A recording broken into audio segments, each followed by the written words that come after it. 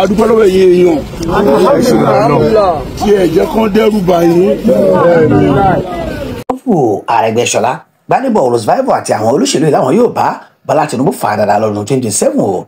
Wọ́n ti sọ pé àwọn yóò lé nílùú Àbújá, bẹ́ẹ̀ ni kò ní lẹ́nu mọ́ nínú ètò ìṣàkóso ìpínlẹ̀ Èkó bí àwọn olóṣèlú ti ṣe ń lérí tí wọ́n ń lè kà nìyẹn o. Níṣẹ́ ni wọ́n kóra wọn jọ gidigidi tí wọ́n sì sọ pé dandan kí àwọn gba ẹgbẹ́ òṣèlú APC dànù tó ń ti ìgbálẹ̀ tó ń gbé káàkiri.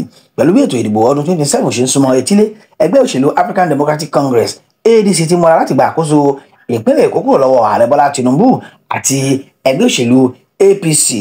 Ọ̀gbẹ́ni Ràúfù Arẹ́gbẹ́ṣọlá ẹni tí ṣe akọ̀wé ẹgbẹ́ ọ̀hún ìyẹn ADC àti olùdíje sípò gómìnà ìpínlẹ̀ Èkó lábẹ́ àṣẹ ẹgbẹ́ òṣèlú Labour nígbà kan Gbádébọ̀ Rosevival ti pàdé láìpẹ́ yìí, wọ́n sì ti bẹ̀rẹ̀ sí ní polongo ẹgbẹ́ òṣèlú ADC fún àwọn èèyàn pẹ̀lú èròǹgbà láti ilé ẹgbẹ́ òṣèlú APC dànù. Tinubu pàpà kò ní lè padà sí ìlú Àbújá lẹ́yìn tó bá lo sáà yìí tán. Èròǹgbà àwọn méjèèjì ní láti rí dájú pé àwọn pàápọ̀ pẹ̀lú àwọn èèyàn wọn tí wọ́n ti kórajọ báyìí láti di ọmọ ẹgbẹ́ òṣèlú ADC láti yọ Tinubu lóyè ààrẹ pẹ̀lú ìbò àwọn aráàlú lọ́dún 2027. Yàtọ̀ sí èyí, wọ́n sọ pé ọmọ ẹgbẹ́ òṣèlú APC kọ́ ni yóò tún di gómìnà ìpínlẹ̀ Èkó lẹ́yìn tí Babájídé Sanwó-Olú bá ti lo sáà ti èyí tán.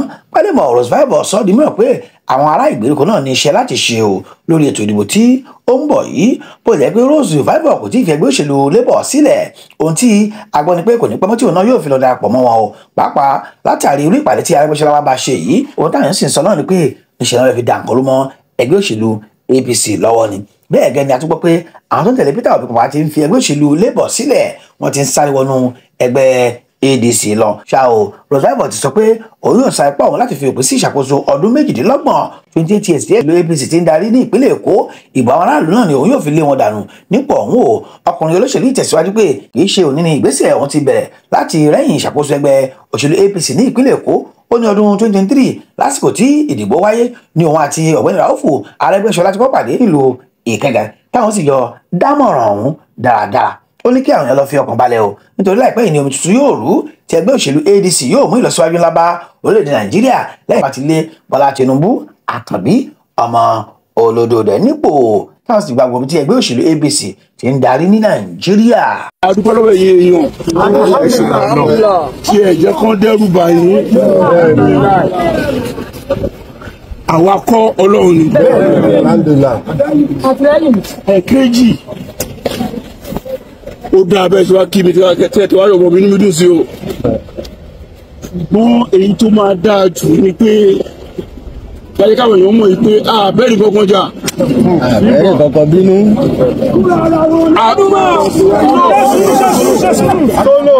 À ń ṣọ̀tá èèyàn kankan. Ọ̀rẹ́ aráàlú ni wá. Ọ̀rẹ́ mẹ̀kúnnù ni wá.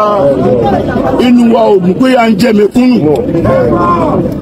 A dẹ̀ rí i pé bá a ṣe lè gba àwọn mẹ̀kúnnù kúrò nínú ìyà àti ìdààmú tó ń wà ní ká darapọ̀ mọ́ gbẹ́tà wà yìí.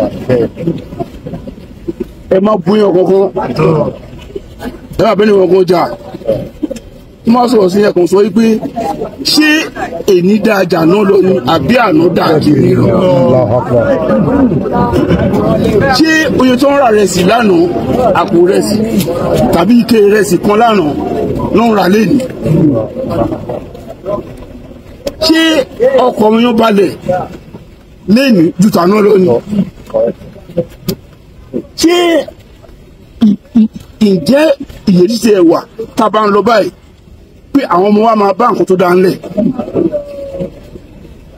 Àwa wá dìde yìí pé èyí tó dáa ni kí a fún àwọn èèyàn wa ní ìrètí tó pé